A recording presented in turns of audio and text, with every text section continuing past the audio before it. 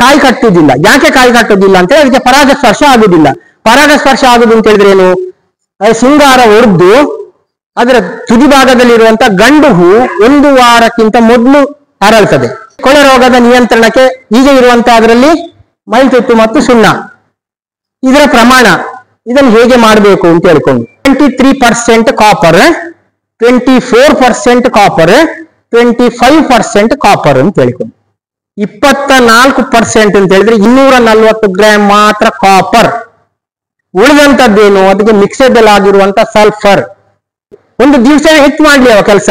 2,500 ರೂಪಾಯಿಗೆ ನಾನು ಆಸೆ ಮಾಡಿ 4 ಕ್ವಿಂಟಲ್ ಅಡಿಕೆಯನ್ನು ಕಳ್ಕೊಳ್ತೇನೆ ಅಂತ ಹೇಳಿ ಆದ್ರೆ ಅದು ಸರಿ 2 kg ಮೈಲ್ತುತ್ತನ್ನು 20 ಲೀಟರ್ ನೀರಿನಲ್ಲಿಯೂ 1.5 kg ಈ ಹುಡಿ ಸುಣ್ಣವನ್ನು 15 ರಿಂದ 20 ಲೀಟರ್ ನೀರಲ್ಲಿ ಕರಗಿಸಿಟ್ಟುಕೊಳ್ಬೇಕು.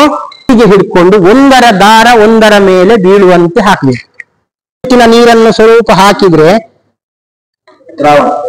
ದ್ರಾವಣ ನೋಡಿ ಕಲರ್ ಏನಾಯ್ತು ನೋಡಿ.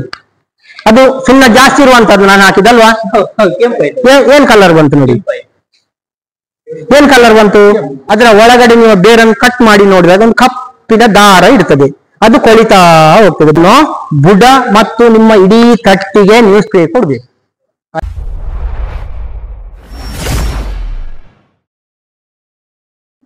ಯಾವುದೆಲ್ಲ ಪ್ರಮುಖವಾಗಿ ನಮ್ಮನ್ನು ಕಾಡುವಂತ ರೋಗ 3.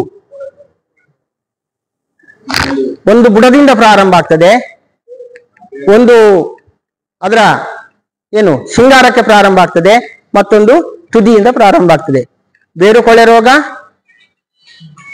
ಸಿಂಗಾರ ಕೊಳೆ ರೋಗ, ಸುಳಿ ಕೊಳೆ ರೋಗ. ಇದು ಬಹಳ ಮುಖ್ಯವಾದಂತದ್ದು. ಈ 3 ಕೊಳೆ ರೋಗಗಳೇ ನಮ್ಮ ಅಡಿಕೆಯನ್ನು ಹೆಚ್ಚು ನಮಗೆ ನಷ್ಟವನ್ನು ಉಂಟು ಮಾಡುವಂತದ್ದು. ಬೇರು ಕೊಳೆ ರೋಗ ಅಂತ ಹೇಳಿದ್ರೆ ಬೇರು ಕೊಳಿತಾ ಬಂದು ಗಿಡವೇ ಸಾಯುವಂತದ್ದು. ಇದು ಪ್ರಾರಂಭದ ಸಣ್ಣ ಗಿಡಗಳಲ್ಲಿ ಈ ಸಮಸ್ಯೆ ಜಾಸ್ತಿ. ಅದಲ್ಲದೆ ಹೆಚ್ಚು ನೀರು ನಿಲ್ಲುವಂತ ಲೋ ಲ್ಯಾಂಡ್ ಜಾಗದಲ್ಲಿ ಮಾಡಿದಂತಹ ತೋಟಗಳಲ್ಲಿ ಕೂಡ ಈ ಸಮಸ್ಯೆ ಜಾಸ್ತಿ. ಎರಡನೇದು ಬೆಳೆದ ನಂತರ ಬರುವಂತದ್ದು ಸಿಂಗಾರ ಕೊಳೆ ರೋಗ. ಸಿಂಗಾರ ಕೊಳೆ ರೋಗ ಅಂತ ಹೇಳಿದ್ರೆ ಅದು ಮುಖ್ಯವಾದಂತ ಉತ್ಪಾದನೆಗೆ ತೊಂದರೆ ಮಾಡುವಂತಹದ್ದು. ಮೂರನೇದು ಸುಳಿ ಕೊಳೆ ರೋಗ. ಆ ಸುಳಿ ಕೊಳ್ತು ಗಿಡವೇ ಸಾಯುವಂತಹದ್ದು. ಇಲ್ಲಿ ಬುಡ ಕೊಳ್ತು ಗಿಡ ಸತ್ರು ಹೋಯ್ತು, ಉತ್ಪಾದನೆ ಬಂದಂತ ಸಿಂಗಾರ ಕೊಳ್ತು ಅದು ಹೋದ್ರೂ ಹೋಯ್ತು, ಮೂರನೇದು ಸುಳಿ ಕೊಳೆದು ಹೋದ್ರು ಗಿಡವೇ ಸತ್ತು ಹೋಯ್ತು. ಈ 3 ರೋಗಗಳು ನಮ್ಮ ಅಡಿಕೆ ಕೃಷಿಯಲ್ಲಿ ಮತ್ತೆ ಇತ್ತೀಚಿನ ದಿನಗಳಲ್ಲಿ ಬರುವಂತ ಬೇರೆ ಬೇರೆ ರೋಗಗಳು, ಬೇರೆ ಬೇರೆ ಸಮಸ್ಯೆಗಳು ಉಂಟು. ಈ 3 ಕೊಳೆ ರೋಗವನ್ನು ನಾವು ನಿಯಂತ್ರಣ ಮಾಡಿದ್ರೆ ಒಂದು 50% ನಾವು ಇಳುವರಿಯನ್ನು ಹೆಚ್ಚುಕೊಳ್ಳಿ ಮಾಡ್ಲಿಕ್ಕೆ ಸಾಧ್ಯತೆ ಉಂಟು. ಇಷ್ಟ ತನಕ ಗೊತ್ತಿರುವಂತ ನಮ್ಮ ಈಗಿನ ಗೊತ್ತಿರುವಂತ ವಿಚಾರದಲ್ಲಿ ಕೊಳೆ ರೋಗಕ್ಕೆ ಇಷ್ಟ ತನಕ ಕಂಡು ಹಿಡಿದಂತ ಮದ್ದಿನಲ್ಲಿ ಬೋರ್ಡೋ ಮಿಶ್ರಣದಷ್ಟು ಸೇಫ್ ಆದಂತಹ ಮತ್ತು ನಿಯಂತ್ರಣವನ್ನು ಮಾಡಬಲ್ಲಂತಹ ಕೆಮಿಕಲ್ ಇಷ್ಟ ತನಕ ಬರಲಿಲ್ಲ. ರಾಸಾಯನಿಕ ಕೆಮಿಕಲ್ ಅನ್ನು ಇತ್ತೀಚಿನ 2 ವರ್ಷಗಳಲ್ಲಿ ಅನ್ವೇಷಣೆ ಮಾಡಿದ್ದಾರೆ. ಆದ್ರೆ ಆ ರಾಸಾಯನಿಕವನ್ನು ಉಪಯೋಗಿಸುವಂತಹದ್ದು ಬಹಳ ಕಾಸ್ಟ್ಲಿ ಆಗ್ತದೆ. ಅದು ಸರ್ ಈಗಾಗಲೇ ಉಪಯೋಗ ಮಾಡಿರ್ಬೇಕು ಅಂತ ಹೇಳುವಂತ ಮಾಹಿತಿ ತಿಳ್ಕೊಂಡಿದ್ದೇನೆ. ಸಂಶೋಧನಾ ಕೇಂದ್ರ ವಿಟ್ಲದಲ್ಲಿ ಮತ್ತು ಕಾಸರಗೋಡ್ನಲ್ಲಿ ರೈತರ ಬೇಡಿಕೆ ಬಂತು ಅಂತ ಹೇಳಿಕೊಂಡು ಸಂಶೋಧನೆ ಮಾಡಿ ಅವರು ಒಂದು ಫಂಗಿಸೈಡ್ ಅನ್ನು ಅನ್ವೇಷಣೆ ಮಾಡಿದ್ದಾರೆ. ಫಂಗಿಸೈಡ್ ಅನ್ನು ಕೊಲ್ಲುವಂತ ಒಂದು ಮದ್ದು. ಅದು ಈಗಾಗಲೇ ಸರ್ ಉಪಯೋಗ ಮಾಡಿದ್ದಾರೆ, ಅವರು ಹೇಳಿದ್ರು ಆವಾಗಲೇ. ಆದ್ರೆ ಅದು ಕಾಸ್ಟ್ಲಿ ಆಗ್ತದೆ. ನಿಮ್ಮ 1 ಡ್ರಮ್ ಮದ್ದಿಗೆ 5,000 ರೂಪಾಯಿ ಅಸಲು ಬೀಳ್ತದೆ. ಆದರೆ ಅಷ್ಟು ಬಿದ್ರೂ ಕೂಡ ಕೆಲವು ತೋಟಗಳಲ್ಲಿ ಯಾವ ರೀತಿಯ ಮದ್ದನ್ನು ಹೊಡೆದ್ರೂ ನಿಯಂತ್ರಣಕ್ಕೆ ಬಾರದಂತ ಕೊಳೆ ರೋಗ ಬರ್ತದೆ, ಪ್ರತಿ ವರ್ಷವೂ ಬರ್ತದೆ. ಅಂತ ತೋಟಗಳಲ್ಲಿ 1 ವರ್ಷಕ್ಕೆ ಆ ರೀತಿಯ ಸ್ವಲ್ಪ ಹಣ ಖರ್ಚಾದ್ರೂ ಕೂಡ 1 ವರ್ಷ ನಾವು ಆ ಕೊಳೆ ರೋಗದ ಸ್ಪ್ರೆಡ್ ಆಗುವಂತ ಹರಡುವಿಕೆಯನ್ನು ನಿಯಂತ್ರಣ ಮಾಡಿಕೊಂಡ್ರೆ ಮುಂದಿನ ವರ್ಷಗಳಲ್ಲಿ ಅದರ ಸಂಖ್ಯೆ ಕಡಿಮೆ ಆಗ್ತದೆ. ಹಾಗಾಗಿ ಪ್ರತಿ ವರ್ಷವೂ ನಮ್ಮ ತೋಟದಲ್ಲಿ ಕೊಳೆ ರೋಗ ಉಂಟು. ಮಳೆ ಇರ್ಲಿ ಮಳೆ ಇಲ್ಲದಿರ್ಲಿ ಅಂತ ಹೇಳುವಂತವರು ಇದನ್ನು ಪ್ರಯೋಗಾತ್ಮಕವಾಗಿ ಮಾಡಿ ನೋಡ್ಬೋದು. ಇದು ಸಕ್ಸಸ್ ಆಗಿದೆ. ನಾನು ಉಪಯೋಗ ಮಾಡಿದ್ದೇನೆ, ಈ ಮದ್ದನ್ನು ನಾನು ಉಪಯೋಗ ಮಾಡಿದ್ದೇನೆ ಅಂತ ಹೇಳಿದ್ರೆ ಸುಳಿ ಕೊಳೆ ರೋಗಕ್ಕೂ ಉಪಯೋಗ ಮಾಡಿದ್ದೇನೆ, ಬೇರು ಕೊಳೆ ರೋಗಕ್ಕೂ ಉಪಯೋಗ ಮಾಡಿದ್ದೇನೆ. ಹೊಸದಾಗಿ ನಾಟಿ ಮಾಡಿದಂತ 7 ರಿಂದ 8 ವರ್ಷದ ತೋಟಕ್ಕೂ ಕೂಡ ಈ ಮದ್ದನ್ನು ಉಪಯೋಗ ಮಾಡಿದ್ದೇನೆ. ಅಂತೂ ನಾನು ಹೆಚ್ಚು ಪ್ರಿಪೇರ್ ಕೊಡುವಂತದ್ದು ಮೈಲ್ತುತ್ತು ಮತ್ತು ಸುಣ್ಣದ ಇದಕ್ಕೆ ಈಗಲೂ ಕೂಡ.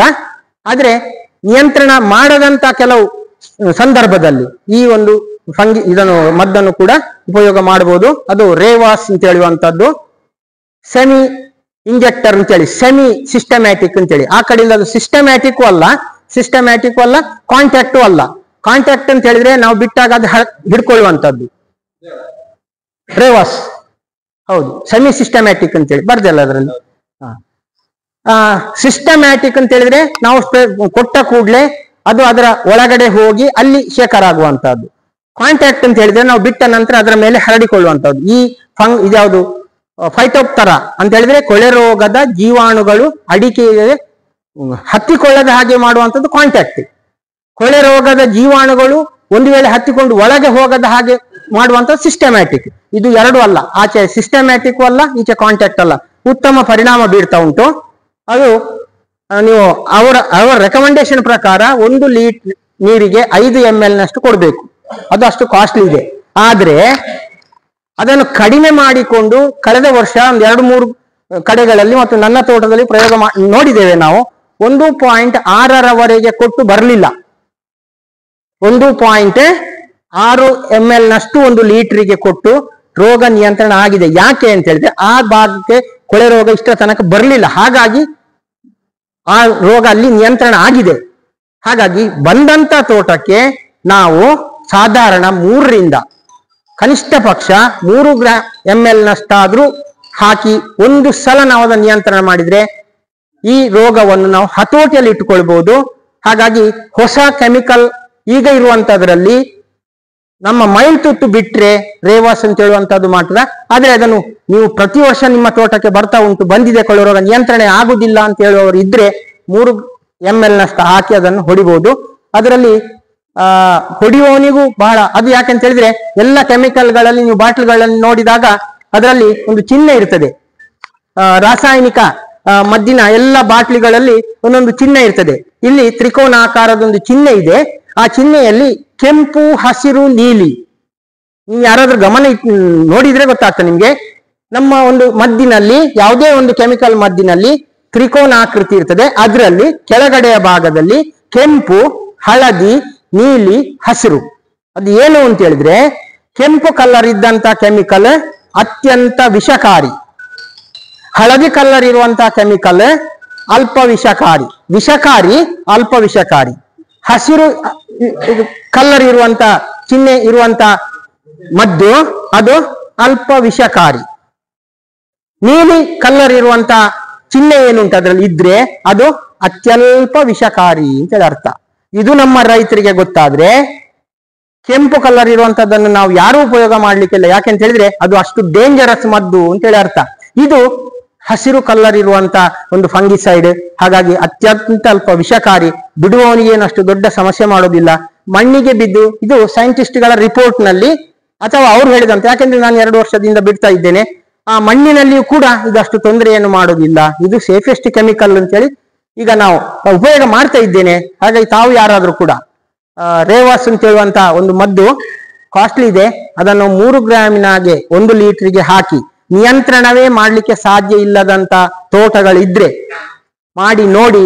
ಅದು ನಿಯಂತ್ರಣ 45 ದಿವಸದವರೆಗೆ ಯಾವುದೇ ರೀತಿಯ ಸಮಸ್ಯೆ ಬರುವುದಿಲ್ಲ ಅದರಲ್ಲಿ. ಯಾಕೆಂತ ಹೇಳಿದ್ರೆ ಸೆಮಿ ಸಿಸ್ಟಮ್ಯಾಟಿಕ್ ಆದ ಕಾರಣ ಅದನ್ನು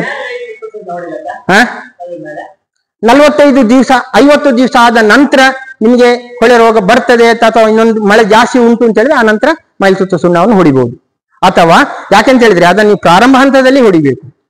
ಸರ್ ಹೇಳಿದ ಹಾಗೆ ಯಾವಾಗ ಬೀಜಾಣುಗಳು ನೋಡಿ, ಈಗ ಮಳೆ ಬಂತು, ಅದರ ಬೀಜಾಣುಗಳು ಸುಪ್ತಾವಸ್ಥೆಯಲ್ಲಿದೆ. ಎಲ್ಲಿ ಇರ್ತವೆ?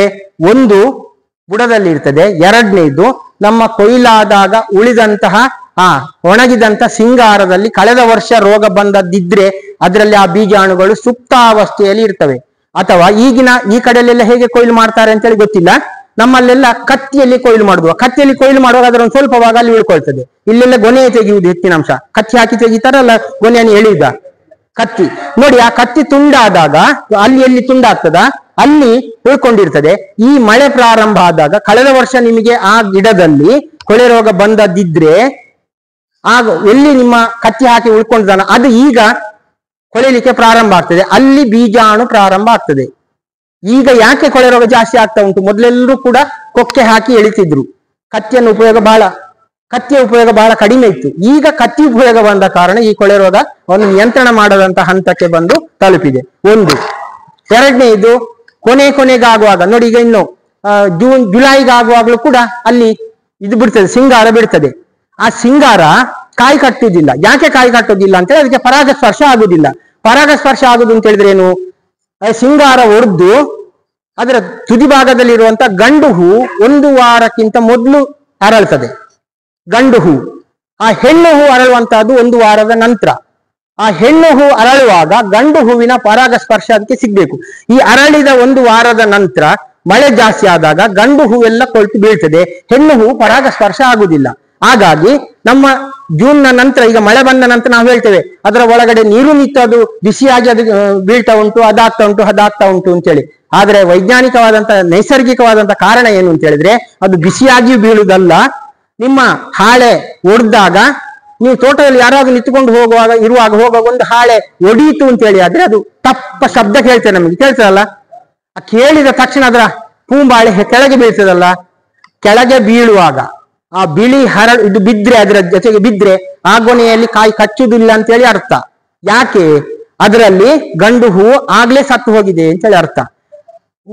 ಗೊನೆ ಒಡೆದು ಅದರಲ್ಲಿ ಪೂಂಬಾಳೆ ಕೆಳಗೆ ಬೀಳುವಾಗ ಒಂದೇ ಒಂದು ಬಿಳಿ ಹೂ ಕೆಳಗೆ ಬೀಳಲಿಲ್ಲ ಅಂತ ಹೇಳಿ ಆದ್ರೆ ಅದರಲ್ಲಿ ಗೊನೆ ಕಾಯಿ ಕಚ್ಚುತ್ತದೆ ಅಂತೇಳಿ ಅರ್ಥ. ಹಾಗಾಗಿ ಇದೆಲ್ಲವೂ ಕೂಡ ನಾವು ರೈತರು ಅದನ್ನು ತಿಳ್ಕೊಂಡಾಗ ನಮಗೆ ಗೊತ್ತಾಗ್ತದೆ, ಓ ಅದು ಇದರಿಂದಾಗಿ. ಯಾಕೆ ಅದು ಒಡೆಯುವುದಿಲ್ಲ, ಪೂಂಬಾಳೆ ಒಡಿಲಿಕ್ಕೆ ಯಾಕೆ ಲೇಟ್ ಮಾಡ್ತದೆ? ನೀವು ಪೂಂಬಾಳೆಯನ್ನು ತೆಗೆದು ನೋಡಿದ್ರೆ ಆ ಪೂಂಬಾಳೆ ಅದೇ ಹೇಳಿದೆ ನಾನು ಸಹ ಹೇಳ್ತಾ ಇರೋದು. ಈಗ ಲೇಟ್ ಆಗ್ಲಿಕ್ಕೆ ಕಾರಣ ಏನು, ಅದು ಪೂಂಬಾಳೆ ದಪ್ಪ ಬಂದಿರ್ತದೆ. ದಪ್ಪ ಬಂದಾಗ ಅದರ ಹೊರಗಿನ ಕವಚ ಇದೆಯಲ್ಲ ಅದು ದಪ್ಪಗಿರ್ತದೆ. ಆ ದಪ್ಪಕ್ಕಿದ್ದಾಗ ಅದನ್ನು ಒಡಿಲಿಕ್ಕೆ ಅದಕ್ಕೆ ಸಾಧ್ಯ ಆಗ್ತಾ ಇಲ್ಲ. ಈ ದಪ್ಪಗಾಗ್ಲಿಕ್ಕೆ ಕಾರಣ ಏನು ಅಂತ ಹೇಳಿದ್ರೆ ನಮ್ಮ ಕೃಷಿ ಪದ್ಧತಿಯಿಂದ. ಏನು ಕೃಷಿ ಪದ್ಧತಿ, ನಾವು ನಮ್ಮ ತೋಟದ ಮಣ್ಣಿನ ಗುಣಲಕ್ಷಣ ನಮಗೆ ಗೊತ್ತಿಲ್ಲದೆ ಏನೇನೋ ಹಾಕ್ತಾ ಇದ್ದೇವೆ. ಯಾಕೆ ಅಂತ ಹೇಳಿದ್ರೆ ಪೂಂಬಾಳೆ ದಪ್ಪ ಬರಲಿಕ್ಕೆ ಕಾರಣ ನಮ್ಮ ತೋಟದಲ್ಲಿ ಯೂರಿಯಾ ಅಂಶ ಜಾಸ್ತಿ ಆಗ್ತಾ ಉಂಟು ಅಂತ ಹೇಳುವಂತ ಲಕ್ಷಣ. ಆ ಯೂರಿಯಾ ಅಂಶ ಜಾಸ್ತಿ ಆದಾಗ ಗಿಡ ಹಸಿರು ಬರ್ತದೆ, ದಪ್ಪ ಬರ್ತದೆ, ಎಲ್ಲವೂ ಬರ್ತದೆ. ಆದ್ರೆ ಹಾಳೆಯು ಕೂಡ ದಪ್ಪಗಿರ್ತದೆ. ಈ ಹಾಳೆ ಬೀಳ್ಲಿಕ್ಕಿಂತ ಮೊದಲೇ ಒಳಗಡೆಯಿಂದ ನಮಗೆ ಕಾಣಿಸ್ತದೆ ಯಾವುದು, ಹೊಂಬಾಳೆ. ಆ ಹೊಂಬಾಳೆ ಹಾಳೆ ಅದಕ್ಕೊಂದು ನಿರ್ದಿಷ್ಟವಾದಂತ ಸಮಯ ಉಂಟು. ಆ ಸಮಯದೊಳಗೆ ಹಾಳೆ ಬೀಳಲೇಬೇಕು. ಈ ದಪ್ಪ ಹಾಳೆ ಬಂದ ತಕ್ಷಣ ಅದು ಬೀಳ್ಲಿಕ್ಕೆ ಕೇಳುವುದಿಲ್ಲ. ಆಗ ಇದು ಒಳಗಡೆಯಿಂದ ಕ್ರಿಯೆ ಏನಾಗ್ತಾ ಇರ್ತದೆ, ಗಂಡು ಹೂ ಅರಳ್ತದೆ. ಅಲ್ಲೇ ಗಂಡು ಹೂ ಅರಳಿ ಅದು ತನ್ನ ಪರಾಗಸ್ಪರ್ಶವನ್ನು ಅಲ್ಲೇ ಮಾಡಿಬಿಡ್ತದೆ. ಆದ್ರೆ ಇದು ಹೊಂಬಾಳೆ ಅಥವಾ ಈ ಹಾಳೆಯೇ ಬಿಟ್ಟು ಬಿಡುವುದಿಲ್ಲ. ಆ ಹೊಂಬಾಳೆ ಹೊಡೆಯುವಾಗ ಅದು ಲೇಟ್ ಆಗ್ತದೆ.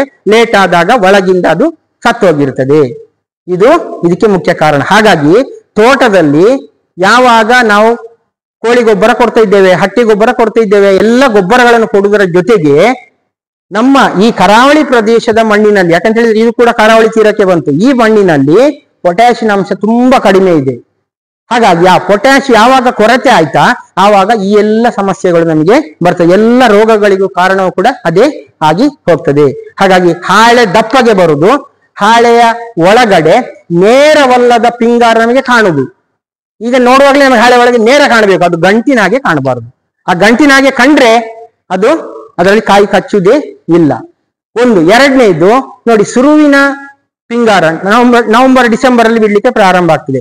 ಆ ಸಮಯದಲ್ಲಿ ನವೆಂಬರ್ ಡಿಸೆಂಬರ್ ಅಲ್ಲಿ ಅದಕ್ಕೆ ಚಳಿ ಮತ್ತು ಇಬ್ಬನಿ ಇರುವ ಕಾರಣ ಆ ಪಿಂಗಾರಕ್ಕೆ ಇಬ್ಬನಿ ಇದು ಬಿದ್ದ ಕಾರಣ ಅಲ್ಲಿಗೆ ಒಂದು ಕೀಟ ಅಥವಾ ಒಂದು ರೋಗ ಬಂದು ಡೈಬ್ಯಾಕ್ ಬಂದು ಸುರುವಿನ ಪ್ರಾರಂಭದ ಸಿಂಗಾರ ಹಾಳಾಗ್ತದೆ. ನಾವು ಅದನ್ನು ಗಮನಿಸುವುದಿಲ್ಲ. ಆಗ ನಮಗೆ ಗೊನೆ ಇರ್ತದೆ ಮೇಲ್ಗಡೆಯಿಂದ, ಆದ್ರೆ ನಾವು ಅದನ್ನು ಗಮನಿಸುವುದಿಲ್ಲ. ಆ ನವೆಂಬರ್ ಡಿಸೆಂಬರ್ ಅಲ್ಲಿ ಸಿಂಗಾರ ಕಪ್ಪಾಗಿ ಹಾಳಾಯ್ತು ಅಂತ ಹೇಳಿ ಆದ್ರೆ ಮುಂದಿನ ಎಲ್ಲಾ ಪಿಂಗಾರಗಳಿಗೂ ಈ ರೋಗ ಹರಡ್ತಾ ಹೋಗ್ತದೆ. ನಾವು ಅದನ್ನು ಗಮನವೇ ನೋಡುದಿಲ್ಲ. 3 ಅಥವಾ 4ನೇ ಪಿಂಗಾರ ಬರ್ತದೆ ಅಂತ ಹೇಳಿ ಆದ್ರೆ ಒಂದು ಪಿಂಗಾರ ನಮ್ಮಲ್ಲಿ ಉಳಿತದೆ. ಯಾವಾಗ? ಅದು ಮಾರ್ಚಲ್ಲಿ. ಹಾಗಾಗಿ 2 ಗೊನೆ 3 ಗೊನೆ 1 ಗೊನೆ 2 ಗೊನೆಯೇ ನಮಗೆ ಒಳ್ಳೆ ಗೊನೆಗಳು ಸಿಗುವಂತಹದ್ದು. ನೋಡಿ, ಇದೆಲ್ಲ ನಾವು ರೈತರಾದಂತವ್ರು ಈ ರೀತಿಯ. ಹಾಗಾಗಿ 1ನೇ ಅಡಿಕೆ ತೆಗೆಯುವಾಗ ಒಣಗಿದಂತ ಮೊದಲನೇ ಸಿಂಗಾರ ಇದ್ರೆ ಆಗ್ಲೇ ಅದನ್ನು ತೆಗಿಬೇಕು. ತೆಗೆದದನ್ನು ಕೆಳಗೆ ಹಾಕಿದಷ್ಟು ಮುಂದಿನ ಸಿಂಗಾರಕ್ಕೆ ರೋಗ ಹರಡುವುದು ನಿಲ್ತದೆ. ಸರಿ, ಇದೆಲ್ಲ ಕೂಡ ನಾವು ಮಾಡುವಂತಹದ್ದು. ಈ ಕೊಳೆ ರೋಗದ ನಿಯಂತ್ರಣಕ್ಕೆ ಈಗ ಇರುವಂತಹದ್ರಲ್ಲಿ ಮೈಲ್ತುತ್ತು ಮತ್ತು ಸುಣ್ಣ, ಇದರ ಪ್ರಮಾಣ, ಇದನ್ನು ಹೇಗೆ ಮಾಡಬೇಕು ಅಂತ ಹೇಳ್ಕೊಂಡು ನೀವು ಮೈಲ್ತುತ್ತು ಸುಣ್ಣ ಮೈಲ್ತುತ್ತು ಪ್ಯಾಕೆಟ್ ಯಾವುದೊಂದು ಕಂಪನಿ ಮೈಲ್ತುತ್ತಿದ್ದು ಇದರಲ್ಲಿ ಟೆಕ್ನಿಕಲ್ ಗ್ರೇಡ್ ಅಂತೇಳಿ ಬರೆದಿದ್ದಾರೆ. ನೀವು ಯಾರಾದ್ರೂ ಮೈಲ್ತುತ್ತು ತಗೊಳ್ಳುವಾಗ ಇದರಲ್ಲಿ ಇರುವಂತಹ ಕೆಲವು ವಿಚಾರಗಳನ್ನು ನೋಡ್ತೀರಾ ಅಂತ ಹೇಳಿಕೊಂಡು, ಇದರಲ್ಲಿ 23 ಗ್ರೇಡ್, 24 ಗ್ರೇಡ್, 25 ಗ್ರೇಡ್ ಅಂತೇಳಿ ಇರ್ತದೆ. ಅಂತ ಹೇಳಿದ್ರೆ 23% ಕಾಪರ್, 24% ಕಾಪರ್, 25% ಕಾಪರ್ ಅಂತ ಹೇಳಿಕೊಂಡು. ಅಂತ ಹೇಳಿದ್ರೆ 1 kg ಮೈಲುತುತ್ತು ಅಂತ ಹೇಳಿದ್ರೆ ಅದರಲ್ಲಿ 24% ಅಂತ ಹೇಳಿದ್ರೆ 240 ಗ್ರಾಮ್ ಮಾತ್ರ ಕಾಪರ್ ಇರುವುದು. ಅದರಲ್ಲಿ ಕಾಪರ್ ಎಷ್ಟು ಗ್ರಾಮ್ ಇರುವುದು? ಅದರಲ್ಲಿ 1 kg ಮೈಲುತುತ್ತು ಕಾಪರ್ ಸಲ್ಫೇಟ್ ಅಂತ ಹೇಳಿದ್ರೆ ಅದರಲ್ಲಿ ಇರುವಂತಹದ್ದು 24 ಅಂತ ಹೇಳಿ 240 ಗ್ರಾಮ್ ಮಾತ್ರ ಕಾಪರ್. ಉಳಿದಂತದ್ದೇನು? ಅದಕ್ಕೆ ಮಿಕ್ಸಡ್ ಆಗಿರುವಂತ ಸಲ್ಫರ್ ಎಷ್ಟು ಗ್ರಾಮು? 760 ಗ್ರಾಮ್. ಅದು ಕರಗಿಸಲಿಕ್ಕೆ ಬೇಕಾದಂತ ಸಲ್ಫರ್ ಗಂಧಕ ರೂಪದಲ್ಲಿ ಇರುವಂತಹದ್ದು. ನಮ್ಮಲ್ಲಿ ಎಲ್ಲರೂ ಕೂಡ ಹೇಳುವಂತದ್ದು 1:1 ಅಲ್ವಾ? ಈಗ ಇದರಲ್ಲಿ 1 ಕಿಲೋ ಮೈಲ್ ತುತ್ತಿಗೆ 1 ಕಿಲೋ ಸುಣ್ಣ ಅಂತ ಹೇಳಿ, ಇದರಲ್ಲಿ ಎಷ್ಟು ಮೈಲ್ ತುತ್ತು ಉಂಟು? ನಿಜವಾದ ಮೈಲ್ ತುತ್ತು ಇರುವುದು ಎಷ್ಟು ಇದರಲ್ಲಿ? 24% ಮೈಲ್ ತುತ್ತು ಅಂತೇಳಿ ಇಟ್ಕೊಳ್ಳುವ, 240 ಗ್ರಾಮ್ ಅಲ್ವಾ? ಕಾಪರ್ ಇರೋದು 240 ಗ್ರಾಮ್. 1 kg ಕಾಪರಿಗೆ 1 kg ಸುಣ್ಣ. ಇದರಲ್ಲಿ ಕಾಪರ್ ಇರುವುದು 240. ನಾವು ಯಾಕೆ 1 kg ಹಾಕ್ತಾ ಇದ್ದೇವೆ? ಹಾಗಾದ್ರೆ ಎಷ್ಟು ಗ್ರಾಮ್ ಸುಣ್ಣ ಬೇಕು ಇದನ್ನು ನ್ಯೂಟ್ರಲೈಸ್ ಮಾಡ್ಲಿಕ್ಕೆ?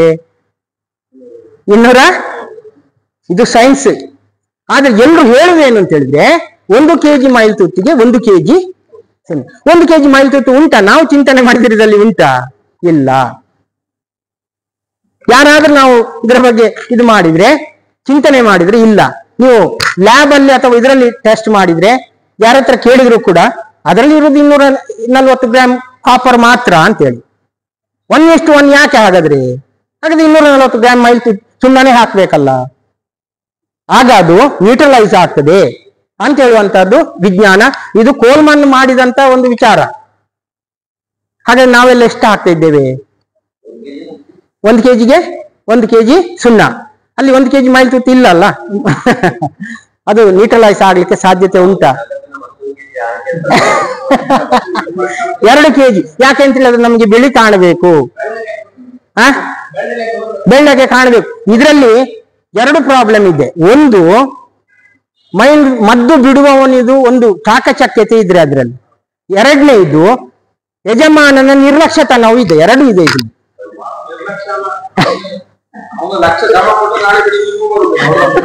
ಅಲ್ಲ, ಅವನು ಖಂಡಿತ ಇದು ಸಮಸ್ಯೆ. ಅದು ನಮಗೆ ಯಾಕೆಂತ ಹೇಳಿದ್ರೆ, ನೀವು ಬಿಳಿ ಕಾಣ್ಲಿಲ್ಲ ಅಂತ ಹೇಳಿದ್ರೆ ನೀವೇನ್ ಹೇಳ್ತೀರಾ? ನೀನ್ ಸರಿ ಹೊಡಿಲಿಲ್ಲ ಕಣೋ, ಮದ್ದೆ ಹೊಡಿಲಿಲ್ಲ, ನೀನ್ ಏನ್ ಮದ್ದು ಬಿಡ್ತಿದ್ಯಾ ಅಂತ ಹೇಳ್ತೀರಿ. ಹೇಳುದಿಲ್ಲ?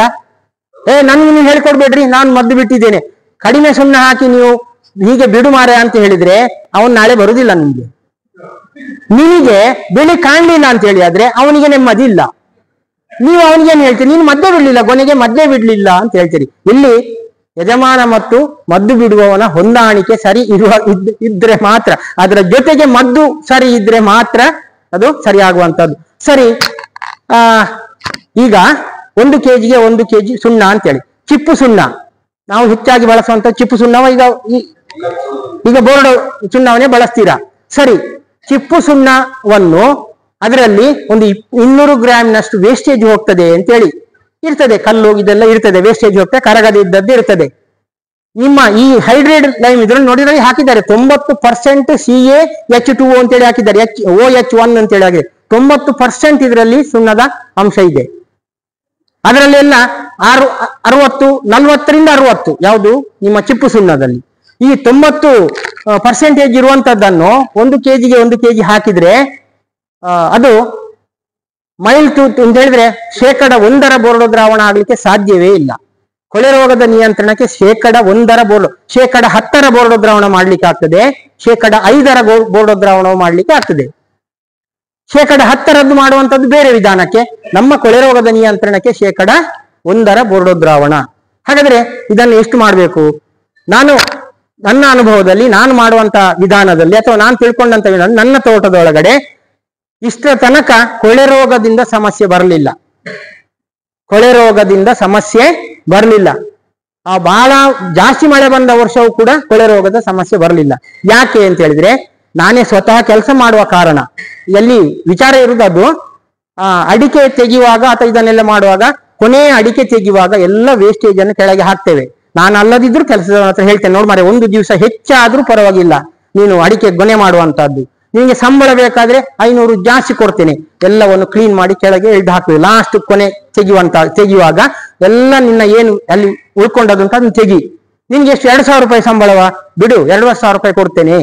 ಯಾಕೆ ಅಂತ ಹೇಳಿದ್ರೆ ನಾನು 500 ರೂಪಾಯಿಗೆ ಅವನಿಗೆ ಆಸೆ ಮಾಡಿ ನನ್ನ ತೋಟದ ಒಳಗಡೆ ಕೊಳೆ ರೋಗವನ್ನು ಬರ್ಲಿಕ್ಕೆ ಬಂದ್ಬಿಟ್ಟು 4 ಕ್ವಿಂಟಲ್ ಅಡಿಕೆ ಹೋದ್ರೆ, ನಾನು ಒಂದು 500 ರೂಪಾಯಿಗೆ ಆಸೆ ಮಾಡಿ 4 ಕ್ವಿಂಟಲ್ ಅಡಿಕೆಗೆ ಎಷ್ಟಾಯ್ತು ಈಗಿನ ರೇಟಲ್ಲಿ? ಒಂದು ದಿವಸದ ಸಂಬಳ 2,500 ರೂಪಾಯಿ. ಒಂದು ದಿವಸವೇ ಹೆಚ್ಚು ಮಾಡ್ಲಿ ಅವ ಕೆಲಸ.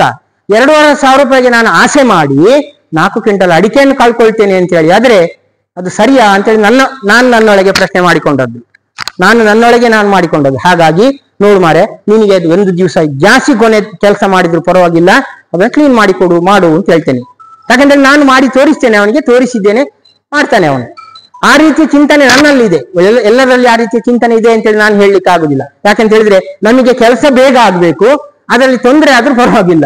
ನೀನು ಪ್ರತಿ ವರ್ಷ 2 ದಿವಸದಲ್ಲಿ ಮದ್ದು ಬಿಡ್ತಾ ಆಗ್ತಾ ಇತ್ತಾ, ಈ ವರ್ಷ 4 ದಿವಸಕ್ಕೆ ಹೋಗಿ ಅಂತ ಹೇಳಿದ್ರೆ ನಾವು ಅವನಿಗೆ ಜೋರು ಮಾಡ್ತೇವೆ. ಅವ ಏನ್ ಮಾಡ್ತಾನೆ, ನಮ್ಮ ಮಟ್ಟಿಗೆ ಹೀಗೆ ಮಾಡ್ತಾ ಮಾಡ್ತಾ ಹೋಗ್ತಾನೆ. ಇದು ನನ್ನ ಚಿಂತನೆ, ನನ್ನ ಒಂದು ಅಭಿಪ್ರಾಯ.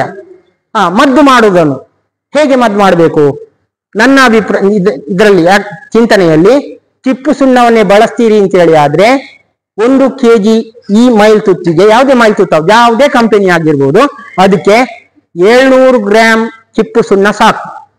700 ಗ್ರಾಮ್ ಸಾಕು. ನಿಮ್ಮ ಈ ಲೈಮ್, ಹೈಡ್ರೇಟ್ ಲೈಮ್ ಅನ್ನು ಬಳಸ್ತೀರಿ ಅಂತ ಹೇಳಿ ಆದ್ರೆ 500 ರಿಂದ 600 ಗ್ರಾಮ್. ಅದು ಜಾಸ್ತಿಯೇ. ಯಾಕೆ ಜಾಸ್ತಿ, ಯಾಕೆ ಅಂತೇಳಿ ಮತ್ತೆ ಹೇಳ್ತೇನೆ. ಇದನ್ನು ತಯಾರು ಮಾಡುವಂತದ್ದು ಹೇಗೆ? 1 kg ಸುಣ್ಣವನ್ನು ನೋಡಿ, ಇಲ್ಲಿ ನಾವು ಈಗ ಇವರು ಮಾಡಿಟ್ಟಿದ್ದಾರೆ. ಇದು 1 ಲೀಟರ್ ನೀರಿನ ಪ್ರಮಾಣದಲ್ಲಿ ಮಾಡಿದೆ. 1 ಲೀಟರ್ ನೀರಿಗೆ 10 ಗ್ರಾಮ್ ಸುಣ್ಣ, 10 ಗ್ರಾಮ್ ಮೈಲ್ ತುತ್ತು ಮಾಡಿಟ್ಟಿದ್ದಾರೆ. 1 kg ಮೈಲ್ ತುತ್ತನ್ನು 10 ಲೀಟರ್ ನೀರಿನಲ್ಲಿ ಕರಗಿಸಬೇಕು. ಈಗ ಮೈಲ್ ತುತ್ತು ಕೂಡ ಹಾಗೆ, ಮೊದಲಿನ ಹಾಗೆ ಇದಲ್ಲ, ಪುಡಿಯೇ ಬಂದಿದೆ. ಇದನ್ನು 5 ನಿಮಿಷಕ್ಕಿಂತ ಮೊದಲು ನೀವು ನೀರಲ್ಲಿ ಹಾಕಿ ಕೋಲಲ್ಲಿ ಕರಡಿಸಿದರೆ ಕಲಗ್ತದೆ. ಬಟ್ಟೆಯಲ್ಲಿ ಕಟ್ಟುವಂತದ್ದು ಏನಿಲ್ಲ. ಈಗ ಈ ರೀತಿಯ ಸುಣ್ಣ, ಇದು ಮೈಲ್ ತುತ್ತು. ಮೊದಲು ಕ್ರಿಸ್ಟಲ್ ಬರ್ತಾ ಇತ್ತು, ಈಗ ಎಲ್ಲ ಏನಾಗಿದೆ, ಪುಡಿ ಬಂದಿದೆ. ಯಾಕೆಂತ ಹೇಳಿದ್ರೆ ಅದು ಸಮಯ ತಗೊಳ್ತದೆ ಅಂತೇಳಿ 5-10 ನಿಮಿಷಕ್ಕಿಂತ ಮೊದಲು 10 ಲೀಟರ್ ನೀರಿಗೆ 1 kg ಮೈಲ್ ತುತ್ತನ್ನು ಹಾಕಿ ಒಂದು ಕೋಲಲ್ಲಿ ಕಲಡಿಸಿ ಬಿಟ್ರೆ ಸಾಕು. ಅದೇ 1 kg ಇದು ಬೇಡ, ಈ ಸುಣ್ಣ ಅಂತ ಹೇಳಿ ಆದ್ರೆ 1 kg ಬೇಡ, ನೀವು 600 ಗ್ರಾಮ್ ನಷ್ಟು ಅಂದಾಜು ಮಾಡಿ ಹೇಳ್ತೇನೆ. ಅದು ಯಾಕೆ ನೀವು 550ಕ್ಕಿಂತಲೂ ಕಡಿಮೆಯಲ್ಲಿ ಬರ್ತದೆ. ನೀವು 600 ಗ್ರಾಮ್ ಸುಣ್ಣವನ್ನು 10 kg ನೀರಿನಲ್ಲಿ ಕರಗಿಸಿಟ್ಟುಕೊಳ್ಬೇಕು. ನೀವು ಮೈಲ್ ತುತ್ತನ್ನು ಕರಗಿಸುವಾಗ ನೀರು ಕಡಿಮೆ ಮಾಡಿದ್ರೆ ಅದು ಬೇಗನೆ ಕರಗುದಿಲ್ಲ. 5 ಲೀಟರ್ ನೀರಲ್ಲಿ 1 kg ಮೈಲ್ ತುತ್ತನ್ನು ಹಾಕಿದ್ರೆ ಅದು ಪಕ್ಕನೆ ಕರಗುದಿಲ್ಲ. ಅದು ಕ್ರಿಸ್ಟಲ್ ಆಗಲಿ ಇದು ಕೂಡ ಆಗಲಿ. 2 kg ಹಾಕ್ತೀರಿ ಅಂತ ಹೇಳಿದ್ರೆ 20 ಲೀಟರ್ ನೀರೇ ಬೇಕು. ನೀವು ಅದಕ್ಕಿಂತ ಕಡಿಮೆಯಲ್ಲಿ ಹಾಕಿದ್ರೆ ಮೈಲ್ ತುತ್ತು ಕರಗುದಿಲ್ಲ. ಆಗ ನಾವೇನ್ ಹೇಳ್ತೇವೆ, ಇದು ಒಳ್ಳೇದಿಲ್ಲ, ಮೈಲ್ ತುತ್ತು ಒಳ್ಳೇದಿಲ್ಲ ಅಂತೇಳಿ. ನಮಗೆ ಕರಗದಿದ್ರೆ ಅದು ಮೈಲ್ ತುತ್ತು ಒಳ್ಳೆ. ಯಾಕೆ ಕರಗಲಿಲ್ಲ ಅಂತ ಹೇಳಿದ್ರೆ ಅದಕ್ಕೆ ನೀರಿನ ಪ್ರಮಾಣ ಕಡಿಮೆ ಆಗ್ತಾ ಉಂಟು ಅಂತೇಳಿ ಅರ್ಥ. ಸರಿ, 10 ಲೀಟರ್ ನೀರು ಮೈಲ್ ತುತ್ತಿನಲ್ಲಿ ಉಂಟು, 10 ಲೀಟರ್ ನೀರು ಸುಣ್ಣದಲ್ಲಿ ಉಂಟು. ನಿಮ್ಮ ಡ್ರಮ್ಮಿನಲ್ಲಿ 100 ಲೀಟರ್ ಡ್ರಮ್ಮಿನಲ್ಲಿ 110 ರಿಂದ 120 ಲೀಟರ್ ನೀರು ಹಿಡಿತದೆ ಫುಲ್ ಮಾಡಿದ್ರೆ, ಗೊತ್ತುಂಟಾ? 200 ನಾನೀಗ 100 ಲೀಟರ್ ಪ್ರಮಾಣದಲ್ಲಿ ಹೇಳುದು. 200ರಲ್ಲಿ ಆದ್ರೆ 220 ಲೀಟರ್ ನೀರು ಹಿಡಿತದೆ. 200 ಲೀಟರೇ ನೀರು ಆಗ್ಬೇಕು. ಯಾಕಂತ ಹೇಳಿದ್ರೆ 4 ಕೂಡಿಸಿ 4 ಅಂತ ಹೇಳಿದ್ರೆ 8 ಆಗ್ಬೇಕಷ್ಟೇ ಹೊರತು 4 16 ಆಗ್ಬಾರ್ದಲ್ಲ ವಿಜ್ಞಾನದಲ್ಲಿ. ಹಾಗಾಗಿ 200 ಲೀಟರ್ ನೀರು ಆಗ್ಬೇಕು. ಅದರಲ್ಲಿ ಲೈಟ್ ಸ್ಟ್ರಾಂಗ್ ಅಂತೇಳಿ ಇಲ್ಲ ಮೈಲ್ ತುತ್ತಲ್ಲಿ. ಕೆಲವ್ರದೆಲ್ಲ ಏನಿದೆ ಅಂತ ಹೇಳಿದ್ರೆ 180 ಲೀಟರ್ ನೀರಿಗೆ ಮಾಡುದು ಅದು ಸ್ಟ್ರಾಂಗ್, 220 ಲೀಟರ್ ನೀರು ಮಾಡುದು ಅದು ಲೈಟ್. ಮೈಲ್ ತುತ್ತಿನಲ್ಲಿ ಲೈಟ್ ಸ್ಟ್ರಾಂಗ್ ಎಂಬುದು ಇಲ್ಲ. ಅದು ನಮ್ಮ ಚಾ ಕಾಫಿಯಲ್ಲಿ ಹುಡಿ ಕಡಿಮೆ ಹಾಕಿದ್ರೆ ಲೈಟ್, ಹುಡಿ ಜಾಸ್ತಿ ಹಾಕಿದ್ರೆ ಅದು ಸ್ಟ್ರಾಂಗ್. ಮೈಲ್ ತುತ್ತಿನಲ್ಲಿ ಇಲ್ಲ, ಅಥವಾ ಈ ಬೋರ್ಡೋ ದ್ರಾವಣ ಮಾಡುವುದರಲ್ಲಿ ಇಲ್ಲ. ಈಗ ನೀವು 200 ಲೀಟರ್ ನೀರು ಅಂತೇಳಿ ಆದ್ರೆ ಅದರಲ್ಲಿ 200 ಲೀಟರ್ ಹಿಡಿಬೇಕು, ಒಂದು ಗುರುತು ಮಾಡ್ಕೊಳ್ಬೇಕು. 2 kg ಮೈಲ್ ತುತ್ತನ್ನು 20 ಲೀಟರ್ ನೀರಿನಲ್ಲಿಯೂ 1.5 kg ಈ ಹುಡಿ ಸುಣ್ಣವನ್ನು 15ರಿಂದ 20 ಲೀಟರ್ ನೀರಲ್ಲಿ ಕರಗಿಸಿ ಇಟ್ಟುಕೊಳ್ಬೇಕು. ಈ ರೀತಿ ಬೇರೆ ಬೇರೆ ಮಾಡಿ ಇಟ್ಟುಕೊಳ್ಬೇಕು. ನಂತರ ಇದನ್ನು 160 ಲೀಟರ್ ನೀರಿರುವಂತ ಡ್ರಮ್ಮಿಗೆ ಹೊಯ್ಬೇಕು. ಹೇಗೆ ಹೊಯ್ಬೇಕು? ಈ ಎರಡನ್ನು ಕೂಡ ಒಟ್ಟಿಗೆ ಹಿಡ್ಕೊಂಡು ಒಂದರ ದಾರ ಒಂದರ ಮೇಲೆ ಬೀಳುವಂತೆ ಹಾಕಬೇಕು. ಒಂದು ಹೆಚ್ಚಿನವರು ಮಾಡುದು ಹೇಗೆ ಅಂತ ಹೇಳಿದ್ರೆ, ಸುರುವಿಗೆ ಸುಣ್ಣವನ್ನು ಹಾಕಿ ಕಲ್ಲಡಿಸಿದ್ರೆ ಅದರ ಮೇಲೆ ಮೈಲ್ ತುತ್ತನ್ನು ಹಾಕಿದ್ರು, ಅಥವಾ ಮೈಲ್ ತುತ್ತನ್ನು ಡ್ರಮ್ಮಿನಲ್ಲಿ ಹಾಕಿ ಅದರ ಮೇಲೆ ಸುಣ್ಣವನ್ನು ಹಾಕಿದ್ರು. ಇದು ಸರಿಯಾದಂತ ಮೆಥಡ್ ಅಲ್ಲ. ಎರಡು ಜನ ಒಟ್ಟಿಗೆ ಹಿಡ್ಕೊಂಡು ದಾರ ಒಂದರ ಮೇಲೆ ಒಂದು ಬೀಳುವ. ಯಾಕೆ ಅಂತ ಹೇಳಿದ್ರೆ ಅದು ಮಿಕ್ಸ್ ಆಗ್ಬೇಕು, ಅದು ವಿದ್ಯುದೀಕರಣಗೊಳ್ಬೇಕು ಅದರ ಒಳಗಡೆ. ನೀವು ಹಾಕಿದ ತಕ್ಷಣ ನೋಡಿ ಅದು ಒಂಥರ ತರ ಮೊಸರನಾಗಿ ಆಗ್ತದೆ. ಅದು 5 ನಿಮಿಷ 10 ನಿಮಿಷ ತಗೊಳ್ತದೆ ಅದು ನಿಮ್ಮ ನ್ಯೂಟ್ರಲೈಸ್ ಆಗ್ಲಿಕ್ಕೆ. ಈಗ ಹಾಕುವಾಗ ಜಾಗ್ರತೆ ಮಾಡಿ ಹಾಕೊಳ್ಬೇಕು. ನಾನು ಇಲ್ಲಿ ಒಂದು ನೋಡಿ, ಇದರಲ್ಲಿ ಈಗ ನಾವು ಮಿಕ್ಸ್ ಮಾಡಿದ್ದೇವೆ. ಇದು ಮತ್ತೆ ಮಿಕ್ಸ್ ಮಾಡಿ ತೋರಿಸುವ. ಇದರಲ್ಲಿ ಆ ಪ್ರಮಾಣದಲ್ಲಿ ಹಾಕಿದ್ದು ಅಂತ ಹೇಳಿದ್ರೆ 10 ಗ್ರಾಮ್ ಮೈಲ್ ತುತ್ತು 1 ಲೀಟರ್ ನೀರಿನಲ್ಲಿ ಹಾಕಿದ್ದು. ಇದು ನ್ಯೂಟ್ರಲೈಸ್ ಆಗಿದೆ. ಇಲ್ಲಿ ಸುಣ್ಣ ಯಾಕೆ ಹಾಕಬೇಕು ಅಂತೇಳಿ ನಮಗೆ ಗೊತ್ತಿರಬೇಕು. ಸುಣ್ಣ ಯಾಕೆ ಹಾಕುದು ಅಂತೇಳಿ ಆದ್ರೆ ರೋಗ ನಿಯಂತ್ರಣ ಅಲ್ಲ. ಸುಣ್ಣ ರೋಗ ನಿಯಂತ್ರಣ ಅಲ್ಲ. ಅಲ್ಲಿ ನಮ್ಗೆ ಕೆಲಸ ಮಾಡುವಂಥದ್ದು ಯಾವುದು ಅಂತ ಹೇಳಿದ್ರೆ ತಾಮ್ರದ ಅಂಶ ಮಾತ್ರ. ಅದನ್ನು ನ್ಯೂಟ್ರಲೈಸ್ ಮಾಡಿ. ನೀವು ಬರೇ ಮೈಲ್ ತುತ್ತನ್ನೇ ಹೊಡೆದು 10 ನಿಮಿಷ ಆಗುವಾಗ್ತಾದ್ರೆ ಎಲ್ಲ ಕೆಂಪಾಗ್ತದೆ, ಕಾಯಿ ಎಲ್ಲ ಕೆಂಪಾಗ್ತದೆ. ಮೈಲ್ ತುತ್ತನ್ನೇ ಹೊಡೆದ್ರೆ ನೀವು ನೋಡಿ, ಪ್ರಯೋಗ ಮಾಡಿ ನೋಡಿ. ಮೈಲ್ ತುತ್ತನ್ನೇ ಹೊಡೀರಿ, ಅರ್ಧ ಗಂಟೆ ಒಳಗೆ ನಿಮ್ಮ ಗೊನೆ ಎಲ್ಲ ಕಪ್ಪಾಗ್ತದೆ. ಅದಷ್ಟು ಪವರ್ ಇದೆ. ಅದನ್ನು ನ್ಯೂಟ್ರಲೈಸ್ ತಂದು ಅದು ಕೊಳೆ ರೋಗದ ಫಂಗಸ್ಸಿಗೆ ಏನು ಕಾರಣ, ಇದು ನಿಯಂತ್ರಣ ಮಾಡಬೇಕು ಅಂತ ಹೇಳಿ ನ್ಯೂಟ್ರಲೈಸ್ ತರಲಿಕ್ಕಾಗಿ ಸುಣ್ಣವನ್ನು ಹಾಕುವುದು. ಸುಣ್ಣ ಹಾಕಿದಾಗ ಅದು ರೋಗ ನಿಯಂತ್ರಣ ಮಾಡುವುದು ಅಲ್ವೇ ಅಲ್ಲ. ನಾವು ವೀಳ್ಯದೆಲೆ ತಿನ್ನುವಾಗ ವೀಳ್ಯದೆಲೆ, ಸುಣ್ಣ, ಅಡಿಕೆ ಇದು ಎಲ್ಲ ಪ್ರಮಾಣದಲ್ಲಿ ಸರಿ ಇದ್ರೆ ಮಾತ್ರ ಅದು ಕಲರ್ ಜಾಸ್ತಿ ಒಂದೇ ರೀತಿ ಬರ್ತದೆ. ಇಲ್ಲ ಅಂತ ಹೇಳಿದ್ರೆ ನೀವು ಸುಣ್ಣ ಜಾಸ್ತಿ ಹಾಕಿದ್ರೆ ಬಾಯಿ ಸುಡುತ್ತದೆ. ಸುಡುದಿಲ್ಲ, ವೀಳ್ಯದೆಲೆ ಹಾಕುವವರಿಗೆ ಗೊತ್ತಿರ್ತದೆ. ಎಲೆಯೇ ತುಂಬಾ ತಿಂದ್ರೆ ಆಗ್ಲೂ ನಮಗೆ ಅದರ ಟೇಸ್ಟ್ ಬರ್ಬೇಕಾ? ಸುಣ್ಣ, ಎಲೆ, ಅಡಿಕೆ. ತಂಬಾಕು ಜಾಸ್ತಿ ಆದ್ರೂ ನಾನು ಹೇಳುದಿಲ್ಲ ಅದನ್ನು. ತಂಬಾಕು ಆರೋಗ್ಯಕ್ಕೆ ಹಾನಿಕರ ಅದು ಹೇಳುದಿಲ್ಲ ನಾನು. ಇದರಲ್ಲಿ ಒಂದು ವ್ಯತ್ಯಾಸ ಆದ್ರೂ ಬಾಯಿ ಸುಡುತ್ತದೆ, ಸುಡುದಿಲ್ಲ. ಇದರಲ್ಲಿ ಹಾಗೆ ಮೈಲ್ ತುತ್ತು ಜಾಸ್ತಿ ಆದ್ರೂ ಸುಡುತ್ತದೆ, ಸುಣ್ಣ ಜಾಸ್ತಿ ಆದ್ರೂ ಪ್ರಯೋಜನ ಇಲ್ಲ. ನಮ್ಮ ತಿನ್ನಂತ ಇದು ವೀಳ್ಯ ನಮಗೆ ಕಿಕ್ ಕೊಡ್ಬೇಕು, ಟೇಸ್ಟ್ ಆಗ್ಬೇಕು ಅಂತ ಹೇಳಿದ್ರೆ ಎಲ್ಲವೂ 3 ಸಮ ಪ್ರಮಾಣದಲ್ಲಿ ಇರ್ಬೇಕು. ಇದು ಕೂಡ ಹಾಗೆ, ನೀರು, ಮೈಲ್ ತುತ್ತು, ಸುಣ್ಣ ಇದು 3 ಸಮ ಪ್ರಮಾಣದಲ್ಲಿದ್ರೆ ಮಾತ್ರ ಸರಿಯಾದಂತ ವೀಳ್ಯದೆಲೆ ತಿಂದಾಗೆ ಆಗ್ತದೆ. ಅದನ್ನು ಟೆಸ್ಟ್ ಮಾಡ್ಲಿಕ್ಕೆ ನಮ್ಮಲ್ಲಿ ಆದ್ರೆ ಬಾಯಿಯಲ್ಲಿ ಗ್ರಂಥಿಗಳಿದ್ದಾವೆ. ಇಲ್ಲಿ ಹೇಗೆ ಟೆಸ್ಟ್ ಮಾಡೋದು? ನಾನೀಗ ಇದರಿಂದ ಸುಣ್ಣವನ್ನು ಹಾಕಿದ್ದೇನೆ, ಇದರಿಂದ ಮೈಲ್ ತುತ್ತನ್ನು ಹಾಕಿದ್ದೇನೆ. ಯಾವ ರೇಂಜ್ ಅಲ್ಲಿ? 1 kg ಸುಣ್ಣ ಮೈಲ್ ತುತ್ತಿನಲ್ಲಿ 650. ಇದನ್ನು ಕರಗಿಸಿಟ್ಟುಕೊಂಡು 650 ಪೂರ್ತಿ ಹಾಕಲಿಲ್ಲ ನಾನು. ಪ್ರಮಾಣ ನೀವು ಮಾಡುವಾಗ ಮೈಲ್ ತುತ್ತನ್ನು ಮತ್ತು ಸುಣ್ಣವನ್ನು ಹಾಕುವಾಗ ಮೈಲ್ ತುತ್ತು ಪೂರ್ತಿ ಹಾಕಿ ಸುಣ್ಣವನ್ನು 1-2 ಲೀಟರ್ 3 ಲೀಟರ್ ಅಷ್ಟು ಉಳಿಸಿಕೊಳ್ಬೇಕು. ಸುಣ್ಣದ ನೀರನ್ನು ನಿಮ್ಮ ಬಕೆಟ್ನಲ್ಲಿ ಏನ್ ಮಾಡಿಕೊಳ್ಬೇಕು? ಉಳಿಸಿಕೊಂಡು ನಿಮ್ಮ ಡ್ರಮ್ಮಿನಲ್ಲಿರುವಂತ ಮೈಲ್ ತುತ್ತನ್ನು ಚೆನ್ನಾಗಿ ಬಾಲ್ದಿಯಲ್ಲಿ ಅದನ್ನು ಹೊಡಿಬೇಕು. ಮತ್ತೊಂದು ದೊಡ್ಡ ಇದ್ಯಾವುದು ಅಡಿಕೆ ಇದನ್ನು ಹಾಕಿ ಅದನ್ನು ರೌಂಡ್ ತಿರುಗಿಸಿ ಅದು ಮಿಕ್ಸ್ ಆಗ್ಲಿಕ್ಕೆ ಸಮಯ ಕೊಡಬೇಕು. ಒಂದು 5ರಿಂದ 8 ನಿಮಿಷ ಅದು ಮಿಕ್ಸ್ ಆಗ್ಬೇಕು. ಅದು ಮಿಕ್ಸ್ ಆದಾಗ ಅದು ತಿಳಿ ಆಕಾಶ ನೀಲಿ ಕಲ್ಲರಿಗೆ ಬರ್ತದೆ. ನೀವು ಮಿಕ್ಸ್ ಮಾಡಿದ ತಕ್ಷಣ ಹೊಡಿಲಿಕ್ಕೆ ಹೋಗ್ಬಾರ್ದು. ನೀವು ಮಿಕ್ಸ್ ಮಾಡಿದ ನಂತರ 5 ನಿಮಿಷ ಆದ ನಂತರವೂ ಅದು ಗಂಜಿ ಟೈಪ್ ಆಗಿದೆ, ಮೊಸರಿನ ಹಾಗೆ ಆಗಿದೆ ಅಂತ ಹೇಳಿ ಆದ್ರೆ ಅದು ಮಿಶ್ರಣ ಸರಿ ಆಗ್ಲಿಲ್ಲ, ಮಿಶ್ರಣ ವೇಸ್ಟ್ ಅಂತೇಳಿ ಅರ್ಥ. ಅದು ಮೊಸರಿನ ಟೈಪ್ ಆಗ್ಬಾರ್ದು. ನೀವು ಮಿಕ್ಸ್ ಮಾಡಿ ಅರ್ಧ ಗಂಟೆ ಇಟ್ರೆ ಮೇಲ್ಬದಿಯಲ್ಲಿ 1 ಇಂಚಿನಷ್ಟು ಮಾತ್ರ ನೀರು ಕಾಣಬೇಕು. ಉಳಿದದ್ದು ನಮಗೆ ಇದು ನೀವು ಮಿಕ್ಸ್ ಮಾಡಿದ್ದು ಸರಿ ಆಗ್ಲಿಲ್ಲ ಅಂತ ಹೇಳಿ ಆದ್ರೆ 3/4 ಅಂಶ ನೀರೇ ಕಾಣ್ತದೆ ನಮಗೆ. ಅದು ಸರಿ ಆಗ್ಲಿಲ್ಲ ಅಂತೇಳಿ ಅರ್ಥ ಮಿಶ್ರಣ. ಇದನ್ನು ಟೆಸ್ಟ್ ಮಾಡುದು ಹೇಗೆ? ನಮ್ಮಲ್ಲೆಲ್ಲ ಮೊದಲಿನ ಕಾಲದಲ್ಲಿ ಟೆಸ್ಟ್ ಎಲ್ಲ ಕತ್ತಿ ಹಾಕಿ ಅದನ್ನೆಲ್ಲ ಮಾಡಿ ನೋಡ್ತಾ ಇದ್ರು. ಈಗ ವೈಜ್ಞಾನಿಕವಾಗಿ ಏನ್ ಬಂದಿದೆ ಅಂತ ಹೇಳಿದ್ರೆ ಈ ಲಿಟ್ಮಸ್ ಪೇಪರ್ ಅಥವಾ pH ಪೇಪರ್ ಅಂತೇಳಿ ಸಿಗ್ತದೆ, ನಿಮ್ಗೆ ಎಲ್ಲಾ ಕಡೆಯಲ್ಲಿ ಸಿಗ್ತದೆ. ನೋಡಿ ಇಂಥದ್ದೊಂದು ಇದು ನೋಡ್ಲಿಕ್ಕೆ ಕೆಂಪಿದೆ ಒಳಗಡೆ, ನೋಡಿ ಇದು ಕೆಂಪಾಗಿದೆ. ಇದು ನಾವು ಒಂದ್ಸಲ ಎರಡು ಸಲ ಮಾಡಿದಾಗ ಮತ್ತೆ ನಮಗೆ ಗೊತ್ತಾಗ್ತದೆ ಈ ರೇಂಜ್ಗೆ ಅದು ಬಂದೇ ಬರ್ತದೆ ಅಂತ ಹೇಳಿಕೊಂಡು. ಪ್ರಾರಂಭ ಹಂತದಲ್ಲಿ ನೋಡಿ ಇದ್ರಲ್ಲೆಲ್ಲ ಕಲರ್ ಬರ್ದಿದ್ದಾರೆ, ಬಿಳಿ, ಕೆಂಪು ಕೆಂಪು ಕೆಂಪು ಎಲ್ಲ ಕಲರ್ ಬರ್ದಿದ್ದಾರೆ. ಮತ್ತೆ ಹಸಿರು ಹಸಿರು ಹಸಿರು ಬರ್ದಿದ್ದಾರೆ. ಆನಂತರ ನೀಲಿ ಕೂಡ ಉಂಟು.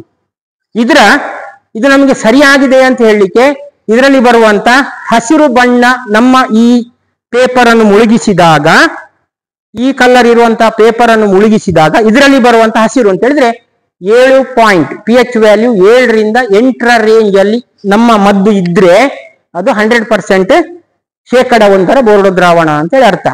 ನಮ್ಗೆ ಅಷ್ಟು ನಿಖರವಾಗಿ ನಮಗೆ ಮಾಡ್ಲಿಕ್ಕೆ ಆಗುದಿಲ್ಲ, ಕತ್ತಿಯಲ್ಲಿಯೂ ಆಗುದಿಲ್ಲ, ನಮ್ಮ ಇದರಲ್ಲಿಯೂ ಆಗುದಿಲ್ಲ. ನಿಖರವಾಗಿ ನೋಡ್ಬೇಕು ಅಂತ ಹೇಳಿದ್ರೆ ಈ ಒಂದು pH ಪೇಪರ್ ವ್ಯಾಲ್ಯೂ ಸರ್ ಇದು ಮಾಡಿ ನೋಡಿ. ಇದನ್ನು ನಾನು ಮುಳುಗಿಸಿದಾಗ ಇದರ ಬಣ್ಣ ಚೇಂಜ್ ಆಗ್ಬೇಕು. ಸರ್ ಆ ಮೈಲ್ ತುತ್ತಿದ ಈಚೆ ಕೊಡಿ, ಬರೀ ಮೈಲ್ ತುತ್ತಿದ್ ಮಾತ್ರ ಕೊಡಿ, ಮೈಲ್ ತುತ್ತಿದ್ ಮಾತ್ರ ಅಂತ ತೆಗೀರಿ, ಮುಚ್ಚಳ ತೆಗಿ, ಸ್ವಲ್ಪ ಹಾಕಿ ಮುಚ್ಚಳಕ್ಕೆ. ಬರೇ ಮೈಲ್ ತುತ್ತಿಗೆ ಹಾಕಿದ್ರೆ ಇದರ ಬಣ್ಣ ಏನಾಗ್ತದೆ ಅಂತೇಳಿ ನೋಡುವ. ಅದು ಮುಚ್ಚಳಕ್ಕೆ, ತುಂಬಾ ಮುಚ್ಚಳ ನೋಡಿ. ಇದು ಮುಚ್ಚಳಕ್ಕೆ ಹಾಕಿದ್ದೇನೆ ನೋಡಿ, ಇದು ಮುಚ್ಚಳಕ್ಕೆ ಹಾಕಿದ್ದೇನೆ. ಕಲರ್ ಚೇಂಜ್ ಆಯ್ತಾ? ಏನೂ ಬಣ್ಣ ಬದಲಾವಣೆ ಆಗ್ಲಿಲ್ಲ. ಸರ್ ಸುಣ್ಣವಂತಿಗೆ ಇಲ್ಲ ನೋಡಿ, ಹೊರೆ ಮೈಲ್ ತುತ್ತಿಗೆ ಹಾಕಿದ್ರೆ ಆಗ್ಬಾರ್ದು ಅದು ಇದು ಎಂತದು ನಿಮ್ದು ಲಿಟ್ಮಸ್ ಪೇಪರ್ ಹಾಗಾದ್ರೆ. ಹಾ ನೋಡಿ, ಸುಣ್ಣಕ್ಕೆ ಹಾಕಿದ್ದೇನೆ. ಯಾವ ಕಲರ್ ಬಂತು? ನೀಲಿ ಬಂತು. ಬರೇ ಮೈಲ್ ತುತ್ತಿಗೆ ಹಾಕಿದ್ರೆ ಕಲರ್ ಚೇಂಜ್ ಆಗ್ಲಿಕ್ಕಿಲ್ಲ, ಬರೇ ಸುಣ್ಣಕ್ಕೆ ಹಾಕಿದಾಗ ಈ ರೀತಿ ಬಂತು. ನೀವು ಮಾಡಿದಂತ ದ್ರಾವಣ ಸರಿಯಾಗಿದೆಯೋ ಅಂತೇಳಿ, ನ್ಯೂಟ್ರಲೈಸ್ ಆಗಿದೆಯೋ, ಶೇಕಡ 1 ಆಗಿದೆ ಅಂತೇಳಿ ಅದು ಆಗ್ಬೇಕಾದ್ರೆ ಅದು ಬಣ್ಣ ಚೇಂಜ್ ಆಗ್ಬೇಕು. ಕೆಂಪೆ ಇರಬಾರ್ದು, ಈ ನೀಲಿ ಕಲ್ಲರಿಗೆ ಬರಬಾರ್ದು, ಹಸಿರು ಕಲ್ಲರಿಗೆ ಬರ್ಬೇಕು. ಹಳದಿ ಅಲ್ಲ,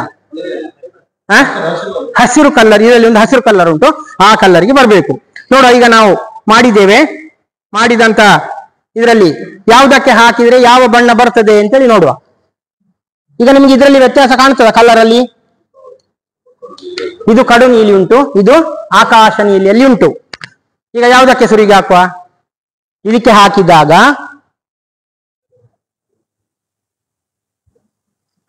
ಯಾವ ಕಲರ್ಗೆ ಬಂತು ನೋಡಿ, ಯಾವ್ದು ಕಲರ್ ಬಂತು?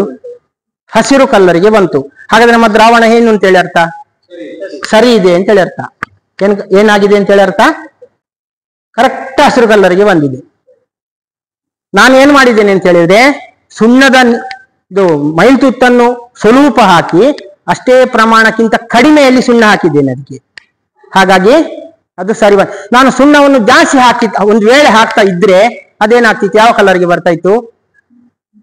ನೀಲಿ ಕಲ್ಲರಿಗೆ ಬರ್ತಾ ಇತ್ತು. ಅದಕ್ಕೆ ನಾನು ಹೇಳುದು, ಮೈಲ್ ತುತ್ತನ್ನು ಪೂರ್ತಿ ಹಾಕೊಳ್ಳಿ, ಡ್ರಮ್ಮಿಗೆ ಹಾಕೊಳ್ಳುವಾಗ, ಈ ಎರಡು ಒಟ್ಟಿಗೆ ಮಾಡುವಾಗ ಸುಣ್ಣದ ನೀರನ್ನು 10 ಲೀಟರ್ 3 ಲೀಟರ್ನಷ್ಟು ಇಟ್ಟುಕೊಳ್ಳಿ. ನಿಮ್ಮ ಇದನ್ನು ಮಿಕ್ಸ್ ಮಾಡಿದ ನಂತರ ನಿಮ್ಮ ಹತ್ರ ಈ ಲಿಟ್ಮಸ್ ಪೇಪರ್ ಇದ್ರೆ ಅದನ್ನು ಹಾಕಿ ನೋಡಿ. ಅದು ನೀಲಿ ಕಲ್ಲರಿಗೆ ಬಂದ್ರೆ ಮತ್ತೆ ನೀವು ಆ ಸುಣ್ಣವನ್ನು ಹಾಕುವ ಅವಶ್ಯಕತೆಯೇ ಇಲ್ಲ. ಸುಣ್ಣವನ್ನು ಹಾಕುವ ಅವಶ್ಯಕತೆಯೇ ಇಲ್ಲ. ಒಂದು ವೇಳೆ ಕಲರ್ ಚೇಂಜ್ ಆಗದಿದ್ರೆ ಒಂದು ಅರ್ಧ ಲೀಟರ್ನಷ್ಟು ಜಾಸ್ತಿ ಹಾಕ್ಲಿಕ್ಕೆ ಹೋಗ್ಬಾರ್ದು. ಆ ಉಳಿದಂತ 3 ಲೀಟರ್ ಉಂಟಲ್ಲ, ಅದರಲ್ಲಿ ಅರ್ಧ ಲೀಟರ್ನಷ್ಟು ಹಾಕ್ಬೇಕು. ಪುನಃ ಕಲಡಿಸಿ ನೋಡಿ, ಪುನಃ ಇದನ್ನು ಹಾಕಿದಾಗ ಆ ಕಲರ್ ಬಂದ್ರೆ ಹಾಕ್ಬೇಕು ಅಂತೇಳಿ ಇಲ್ಲ. ಈಚೆದಕ್ಕೆ ಹಾಕಿ ನೋಡುವ, ಇದೀಗ ಯಾವ ಕಲರ್ ಬರ್ತದೆ ಅಂತೇಳಿ.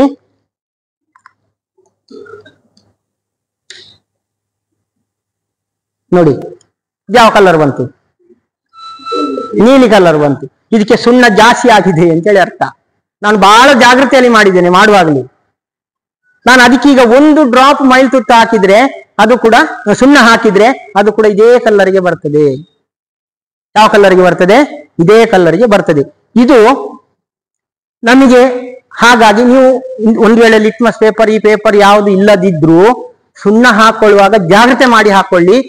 10 ಲೀಟರ್ ಸುಣ್ಣದಲ್ಲಿ 3 kg, ನೀವು 650 ಕಲರಿಸಿ ಇಟ್ಟುಕೊಂಡದ್ದಾದ್ರೂ ಕೂಡ 3 ಲೀಟರ್ನಷ್ಟು ಸುಣ್ಣದ ನೀರನ್ನು ಉಳಿಸಿಕೊಳ್ಳಿ.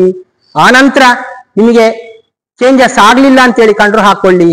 ಮತ್ತೆ 3 ಲೀಟರ್ ಕಡಿಮೆ ಆದಾಗ 3 ಲೀಟರ್ ನೀರನ್ನು ಸೇರಿಸಿ. 97 ಆಗುವುದಕ್ಕಿಂತ 100 ಲೀಟರ್. ಇದು ಒಂದು ವಿಧಾನ. ಇನ್ನೊಂದು, ನಿಮಗೆ ಇನ್ನು ಮನೆಯಲ್ಲಿ ಸಿಗುವಂತ ಅರಸಿನದ ಪುಡಿ ಇದೆ ನೋಡಿ, ಅರಸಿನ ಪುಡಿ ಇದ್ಯಾವುದು? ಅರಸಿನ ಪುಡಿ. ಈ ಅರಸಿನದ ಪುಡಿಗೆ ಇದು ಸುಲಭವಾದಂತ ನಿಮ್ಮ ಮಾಡಿಕೊಳ್ಳುವಂತಹದ್ದು.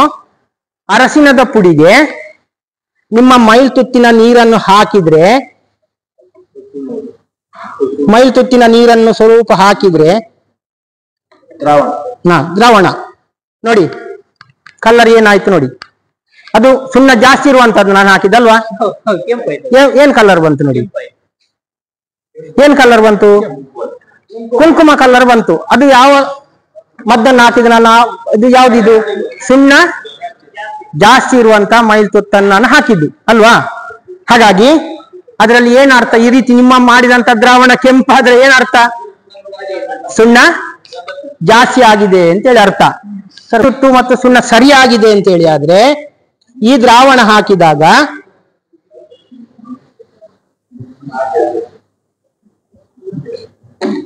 ಕೆಂಪಾಗಬಾರ್ದು.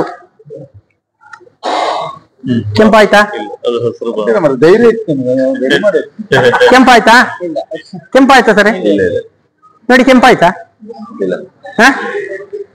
ಕೆಂಪಾಯ್ತಾ? ನಿಮ್ಮ ಎದುರಲ್ಲಿ ಹಾಕಿದ್ದೆ ನಾನು. ಕೆಂಪಾಯ್ತಾ? ಕೆಂಪಾಯ್ತಾ? ಕೆಂಪಾಯ್ತಾ ನೋಡಿ. ಇದೇನಾಗಿದೆ ಅಂತ ಹೇಳಿ ಅರ್ಥ, ಸರಿ ಇದೆ ಅಂತ ಹೇಳಿ ಅರ್ಥ ನೋಡಿ. ಕೆಂಪಾದ್ರೆ ಸುಣ್ಣ ಜಾಸ್ತಿ ಇದೆ ಅಂತೇಳಿ ಅರ್ಥ ನೋಡಿ. ಅದ್ರಲ್ಲಿ ಏನು ಸಂಶಯ ಇದ್ರೆ ಕೇಳಿ. ಕೆಂಪಾಯ್ತಾ? ಇದು ಆಗದ್ದು ಕೆಂಪಾಗಿದೆ, ಈಗದ್ದು ಕೆಂಪಾಗ್ಲಿಲ್ಲ, ಹೌದಾ? ಆದ್ರೆ ನೀವೊಂದು ಕೆಲಸ ಮಾಡಿ,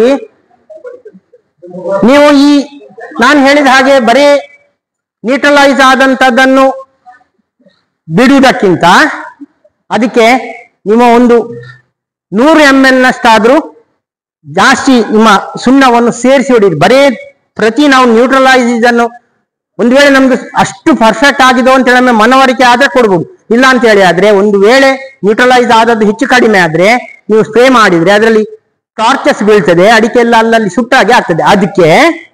ಅದಕ್ಕೆ ನ್ಯೂಟ್ರಲೈಸ್ಗಿಂತ ಒಂದು ಅರ್ಧ ಲೀಟರ್ನಷ್ಟು ಸುಣ್ಣವನ್ನು ಹಾಕಿ ಜಾಸ್ತಿ ಹಾಕಿಬಿಡಿ.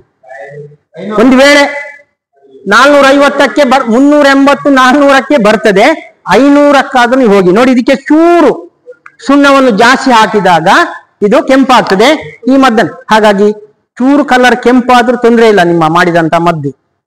ಬರೇ ರಕ್ತ ಕೆಂಪಾದ್ರೆ ಅದಕ್ಕೆ ತುಂಬಾ ಸುಣ್ಣ ಜಾಸ್ತಿ ಆಗಿದೆ ಅಂತ ಹೇಳಿ ಅರ್ಥ. ಜಾಸ್ತಿ ಆಯ್ತು ಅಂತ ಹೇಳಿ ಅದಕ್ಕೆ ನೀರು ಹಾಕ್ಲಿಕ್ಕೆ ಆಗುದಿಲ್ಲ, ಪುನಃ ಮೈಲ್ತುತ್ತು ಸುಣ್ಣವನ್ನು ಸೇರಿಸಲಿಕ್ಕೂ ಆಗುದಿಲ್ಲ. ಅಲ್ಲಿ ಜಾಸ್ತಿ ಆಯ್ತು ಅಂತ ಹೇಳಿದ ಕೂಡ 220 ಲೀಟರ್ ನೀರು ಹಾಕುದು ಅದು ಮಾಡ್ಲಿಕ್ಕೆ ಆಗುದೇ ಇಲ್ಲ. ಅದು ಮತ್ತೆ ಹಾಗೆ ಸೇರಿಸಬೇಕು. ನೀವು ನ್ಯೂಟ್ರಲೈಸ್ಗಿಂತ 1% ಜಾಸ್ತಿ ಹಾಕಿ ಸ್ಪ್ರೇ ಕೊಡಿ.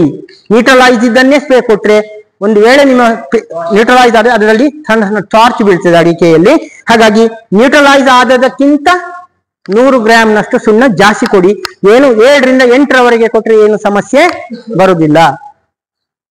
ಇದನ್ನು ನೀವು ಮಾಡಿಕೊಟ್ರ ಗಮ್ ಹಾಕ್ಬೋದು, ಯಾವುದೇ ರೀತಿಯ ಗಮ್ಮನ್ನು ಹಾಕ್ಬೋದು. ಅದು ಗಮ್ಮಿನ ಪ್ರಮಾಣದ ಮೇಲೆ ಇದೆ. ಕೆಲವು ಗಮ್ಮುಗಳು 1 ಲೀಟರ್ ನೀರಿಗೆ ಅರ್ಧ ml ಹಾಕುವಂತದ್ದು ಇದೆ, ಕಾಸ್ಟ್ಲಿ ಇದೆ. ಕೆಲವಿದ್ರಲ್ಲಿ 1 ml ಹಾಕುವಂತದ್ದು ಇದೆ, 4 in 1 ಅಂತೇಳಿ. ಯಾವುದು? ಅದನ್ನ ಹಿಡ್ಕೊಳ್ಳುವಂತದಕ್ಕೆ ಮಾತ್ರ ಸ್ಪ್ರೆಡ್ ಆಗ್ಬೇಕು ಅಂತೇಳಿ. ಸ್ಪ್ರೆಡ್ ಆಗ ನೋಡಿ, ಅದು ಗಮ್ ನಮ್ಮ ಇದೇನಾಗ್ತದೆ, ನಾವು ಸ್ಪ್ರೆಡ್ ಹಾಕಿದ ಜರ ಕೆಳಗೆ ಇಳಿದು ಬೀಳ್ತದೆ. ಯಾಕಂತ ಹೇಳಿ ಅದಕ್ಕೆ ಹಿಡ್ಕೊಳ್ಳುವ ಗುಣ ಇಲ್ಲ. ಒಂದು ವೇಳೆ ಬಿಟ್ಟ ಕೂಡಲೇ ಮಳೆ ಬಂದ್ರೆ ಅದಕ್ಕೆ ಗಮ್ ಹಾಕಿದ್ರೆ ಅದು ಏನ್ ಮಾಡ್ತದೆ, ಒಳ್ಳೆ ಎಲ್ಲ ಕಡೆಗೆ ಸ್ಪ್ರೆಡ್ ಹಾಕ್ಬೋದು. ರಾಳನ್ನು ಮುಂಚಿನ ಕಾಲದಲ್ಲಿ ರಾಳ ಹಾಕ್ತಾ ಇದ್ದದ್ದು, ರಾಳನ್ನು ಹಾಕ್ಬೋದು. ಸ್ಪ್ರೆಡ್ಡರಿಗೆ ಮಾತ್ರ ಉಪಯೋಗ ಅದು, ಎಲ್ಲಾ ಕಡೆಗೆ ಹೋಗಿ ಸ್ಪ್ರೆಡ್ ಆಗಿ. ಮತ್ತೆ ಬಿಡುವಾಗ ಆದಷ್ಟು ಮಿಸ್ಟ್ ಸ್ಪ್ರೇ ಹಾಗೆ ಹೋಗ್ಬೇಕದು.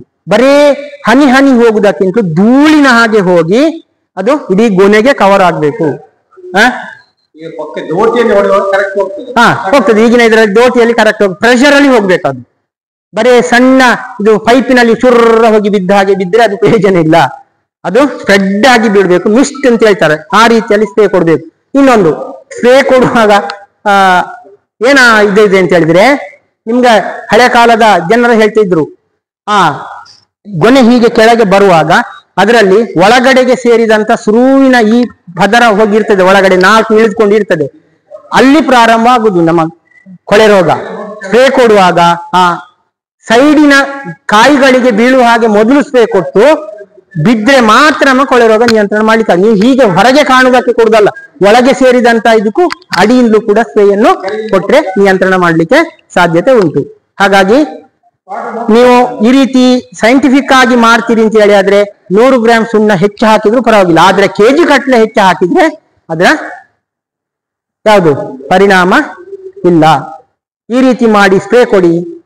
ಈಗ ಮಳೆಗಾಲ ಪೂರ್ವ ಜೂನ್ ಫಸ್ಟ್ ವೀಕ್ ಅಲ್ಲಿ ಮಳೆ ಇದು ಮಳೆ ಬರ್ಲಿ ಬಾರದಿರ್ಲಿ, ಜೂನ್ 10ರ ಒಳಗೆ ಒಂದು ಸ್ಪ್ರೇ ಕೊಟ್ರೆ ಇಂಥ ಮದ್ದನ್ನು ಈ ರೀತಿಯ ಮದ್ದನ್ನು ಮಾಡಿ ಅಂತ ಹೇಳಿದ್ರೆ, ಚಿಪ್ಪು ಸುಣ್ಣ ಅಂತ ಹೇಳಿ ಆದ್ರೆ 700 ಗ್ರಾಮ್, ಈ ಹುಡಿ ಸುಣ್ಣ ಅಂತ ಹೇಳಿ ಆದ್ರೆ 500ರಿಂದ 550 ಗ್ರಾಮ್ 1 kgಗೆ. ನೀವು 200 ಲೀಟರ್ಗೆ 1 kg 100 ಗ್ರಾಮ್ ಹಾಕಿ, 1 kg 100 ಗ್ರಾಮ್ ಹಾಕಿ. ನೀವು ಯಾವ ಟೆಸ್ಟ್ ಅನ್ನು ಮಾಡುವ ಅವಶ್ಯಕತೆ ಇಲ್ಲ. ನಿಮಗೆ 2 kg ಮೈಲ್ ತುತ್ತಿಗೆ 1 kg 100 ಗ್ರಾಮ್ ಹುಡಿ ಸುಣ್ಣವನ್ನು ಹಾಕಿ, ಚಿಪ್ಪು ಸುಣ್ಣ ಅಂತ ಹೇಳಿದ್ರೆ 1.5 kg ಹಾಕಿ. ನಿಮಗೆ ಅದರಲ್ಲಿ ಏನು ಪ್ರಾಬ್ಲಮ್ ಬರ್ಲಿಕ್ಕೆ ಸಾಧ್ಯತೆ ಇಲ್ಲ. ಜೂನ್ 10ರ ಒಳಗೆ ಒಂದು ಸ್ಪ್ರೇ ಕೊಡಿ, ಮತ್ತೆ 35-40 ದಿವಸ ಗ್ಯಾರಂಟಿ. ಮುಂದಿನ ಮಳೆ ನೋಡಿಕೊಂಡು ನೀವು ಜುಲೈಯಲ್ಲಿ ಒಂದು ಸ್ಪ್ರೇ ಕೊಟ್ರೆ ನಿಯಂತ್ರಣ ಮಾಡಬಹುದು. ಮದ್ದು ಸ್ಪ್ರೇ ಮಾಡುವವನ ಹತ್ರ ಅವಸರ ಮಾಡಿ ಸ್ಪ್ರೇ ಮಾಡಿಸಬೇಡಿ. ಅವನ ಒಂದು ದಿವಸ ಲೇಟ್ ಮಾಡ್ಲಿ, 2,500 ರೂಪಾಯಿ ಹೋಗ್ಲಿ ನಿಮಗೆ, ಅವನಿಗೆ ಅವನ ಖುಷಿ ಪ್ರಕಾರ ಚೆನ್ನಾಗಿ ಹೊಡಿ ಮಾರ ಅಂತೇಳಿ ಅವನಿಗೆ ನಾವು ಫ್ರೀನೆಸ್ ಕೊಡ್ಬೇಕು. ಅವನನ್ನು ಫ್ರೀ ಬಿಡಿ ಅಲ್ಲ ಹೇಳಿದೆ ನಾನು. ನಿಮ್ಮದೇ ಲೀಟರ್ ಲೆಕ್ಕ. ಕುಂಟು ಗಿಡ್ಡ ಇದು ಬರುದಾ, ಕುಂಟಿ ಸಿರಿ ಬರುವಂತದ್ದು. ಅದಕ್ಕೆ 2 ಕಾರಣ ಉಂಟು. ಒಂದು, ನೀವು ನಿಮ್ಮ ಬುಡದಲ್ಲಿ ಬೇರು ಬೆಳವಣಿಗೆ ಆಗದಿದ್ದಾಗ ಕುಂಟಿ ಸಿರಿ ಬರುದು. ಬೇರು ಬೆಳವಣಿಗೆ ಆಗುದು, ನೀವು ಅಂತ ಮರದ ಬುಡ ಅಂತ ಬೇರನ್ನು ಅಗ್ದು ನೋಡಿದ್ರೆ ಅದ್ರಲ್ಲಿ ಬೇರೆ ಬೆಳವಣಿಗೆ ಆಗುದಿಲ್ಲ. ಯಾವ ಮರ ಚೆನ್ನಾಗಿ ಫಸಲು ಕೊಡ್ತದ ಅದರ ಬುಡವನ್ನು ನೀವು ಒಕ್ಕಿದಾಗ ಅದರಲ್ಲಿ ಬೇರು ತುಂಬಾ ಇದ್ರೆ ಅದು ಮರ ಚೆನ್ನಾಗಿದೆ ಅಂತ ಹೇಳಿ ಅರ್ಥ. ಬೇರು ಬೆಳವಣಿಗೆ. ಒಂದನೇದಾಗಿ ಅದರ ಬುಡದಲ್ಲಿ ಮಳೆಗಾಲದಲ್ಲಿ 4 ತಿಂಗಳು ನೀರು ನಿಲ್ತದೆ ಅಂತೇಳಿ ಸೂಚನೆ. ಅದು ನೀರು ನಿಂತು ಬೇರು ಬೆಳವಣಿಗೆ ಆಗುದಿಲ್ಲ. ಎರಡನೇದಾಗಿ ಅದರ ಬುಡದಲ್ಲಿ ಗಟ್ಟಿ ಪದಾರ್ಥ ಇದೆ ಅಂತೇಳಿ ಅರ್ಥ. ಒಂದು ಅಡಿಭಾಗದಲ್ಲಿ ಕಲ್ಲು ಪಾದೆ ಉಂಟು, ಅದಕ್ಕೆ ಬೇರು ಬೆಳವಣಿಗೆ ಆಗುದಿಲ್ಲ ಅಂತೇಳಿ ಅರ್ಥ. ಮೂರನೇದು ನೆಮಟೋಡ್ ಪ್ರಾಬ್ಲಮ್ ಅಂತೇಳಿ ಬರ್ತದೆ. ಏನು ಹಾಕಿದ್ರು ಏನು ಇದ್ರು ಕೂಡ ಬೇರನ್ನು ಅದರ ಒಳಗಡೆ ನೀವು ಬೇರನ್ನು ಕಟ್ ಮಾಡಿ ನೋಡಿದಾಗ ಒಂದು ಕಪ್ಪಿನ ದಾರ ಇರ್ತದೆ, ಅದು ಕೊಳಿತಾ ಹೋಗ್ತದೆ. ಬೇರು ಬೆಳವಣಿಗೆ ಅದು ನೆಮಟೋಡ್ ಪ್ರಾಬ್ಲಮ್. ಈ ಬೇರು ಬೆಳವಣಿಗೆ ಆಗದ ಕಾರಣ ಅಲ್ಲಿ ಸಿರಿ ಗಿಡ್ಡ ಬರುವಂತದ್ದು ಒಂದು. ಎರಡನೇದು. ಮೂರನೇದು, ಅದಕ್ಕೆ ಅಲ್ಲಿ ಕೊಳೆ ರೋಗದ ಲಕ್ಷಣ ಪ್ರಾರಂಭ ಆಗ್ತಾ ಉಂಟು ಅಂತ ಹೇಳುವಂತದ್ದು, ಅದು ಕುಂಟಿ ಸಿರಿ ಬರುವುದು ತೋರಿಸ್ತದೆ ನಿಮಗೆ. ಸುಳಿಯಲ್ಲಿ ರೋಗ ಬರ್ತಾ ಉಂಟು ಅಂತೇಳಿ, ಸುಳಿಯಲ್ಲಿ ರೋಗ ಬರ್ತಾ ಉಂಟು ಮುಂದಕ್ಕೆ, ಅದು ಸಾಧಾರಣ ನಿಮಗೆ ಕಂಡು ಬರುವುದು ಅಕ್ಟೋಬರ್-ನವೆಂಬರ್ ಅಲ್ಲಿ. ಆಗ ನೀವು ಒಂದು ಕೆಲಸ ಮಾಡಿ, ಆ ಸುಳಿ ಬಂದಂತ ಎಷ್ಟು ಮರವನ್ನು ಅದನ್ನು ಸ್ವಲ್ಪ ಭಾಗ ಮಾಡಿ, ಆ ಸುಳಿಯಿಂದ ಕೆಳಗಡೆ ತನಕ ಸ್ವಲ್ಪ ಭಾಗ ಮಾಡಿ, ಅದಕ್ಕೆ ಮೈಲ್ತುತ್ತು ಸುಣ್ಣವನ್ನು 3-4 ಲೀಟರ್ ಸುರಿದು ಬಿಡಿ. ಅದಕ್ಕೆ ಬುಡಕ್ಕೂ 3-4 ಲೀಟರ್ ಮೈಲ್ತುತ್ತನ್ನು ಸುರಿದು ಬಿಡಿ.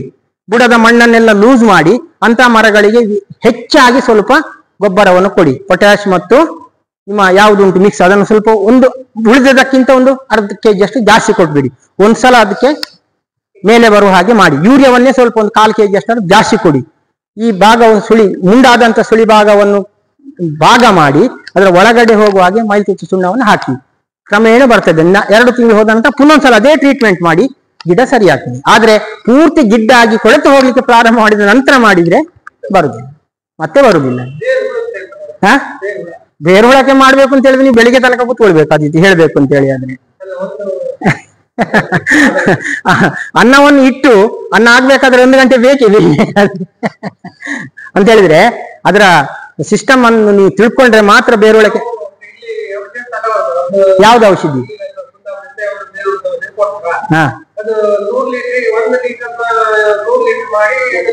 ಯಾವ್ದು ಮದ್ದು ಅಂತೇಳಿ ಆಗ್ಬೇಕಲ್ಲ. Chlorpyrifos 50 EC chlorpyrifos. ಅದನ್ನು ಯಾವ ಸಮಯದಲ್ಲಿ ಮಾಡ್ತೀರಿ, ಹೇಗೆ ಮಾಡ್ತೀರಿ ಅಂತ ಹೇಳಿದ ಮೇಲೆ ಡಿಪೆಂಡ್ ಆಗೋದು. ಅದು ಯಾವ ಟೈಮ್ ಅಂತ ಹೇಳಿದ್ರೆ, ಈ ಟೈಮ್ ಅಲ್ಲಿ ಅದರ ದುಂಬಿಗಳು ಹೊರಗಡೆ ಬಂದು ಮೊಟ್ಟೆ ಇಡ್ಲಿಕ್ಕೆ ಪ್ರಾರಂಭ ಮಾಡಿದವು. ನೀವು ಜುಲೈ ಫಸ್ಟ್ ವೀಕ್ ಅಥವಾ ಜೂನ್ ಲಾಸ್ಟ್ ವೀಕ್ ಅಲ್ಲಿ ಆ ಮದ್ದು ಅನ್ನಲ್ಲ, ಇನ್ನೊಂದು ಮದ್ದು ಇದೆ ಬೇರೆ ಸರ್, ಇಮಿಡಾಕ್ಲೋಪಿಡ್ ಅಂತೇಳಿ. ಇಮಿಡಾಕ್ಲೋಪಿಡ್ 0.5 ml, ಅರ್ಧ ml 1 ಲೀಟರ್ ನೀರಿಗೆ ಹಾಕಿ ಇಮಿಡಾಕ್ಲೋಪಿಡ್ ಅಂತೇಳಿ ಅದನ್ನು ಬುಡ ಮತ್ತು ನಿಮ್ಮ ಇಡೀ ತಟ್ಟಿಗೆ ನೀವು ಸ್ಪ್ರೇ ಕೊಡ್ಬೇಕು. ಅರೇ ಬುಡಕ್ಕೆ ಹಾಕಿದ್ರೆ ಏನು ಪ್ರಯೋಜನ ಇಲ್ಲ.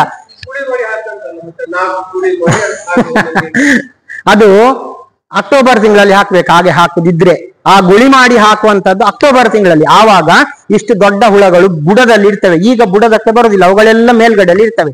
ಈಗ ನೀವು ಕಂಟ್ರೋಲ್ ಮಾಡಿದ್ರೆ ಆ ದೊಡ್ಡ ಹುಳವನ್ನು ಮತ್ತೆ ನಿಮಗೆ ಸಮಸ್ಯೆ ಕೊಡುದಿಲ್ಲ. ಹಾಗಾಗಿ ಜೂನ್ ಲಾಸ್ಟ್ ಅಥವಾ ಜುಲೈ ಫಸ್ಟ್ ವೀಕ್ ಅಲ್ಲಿ ಮಳೆ ಸ್ವಲ್ಪ ಕಡಿಮೆ ಆದಾಗ ತೋಟದ ಹುಲ್ಲನ್ನೆಲ್ಲ ಮಿಷನ್ ಅಲ್ಲಿ ಹೊಡೆದು ಅದಕ್ಕೆ ಪಂಪ್ ಅಲ್ಲಿ ಗೆಟ್ರಲ್ಲಿ ಇಡೀ ತೋಟಕ್ಕೆ ಬುಡಕ್ಕೆ ಮತ್ತು ನೀವು ಸ್ಪ್ರೇ ಕೊಡ್ಬೇಕು.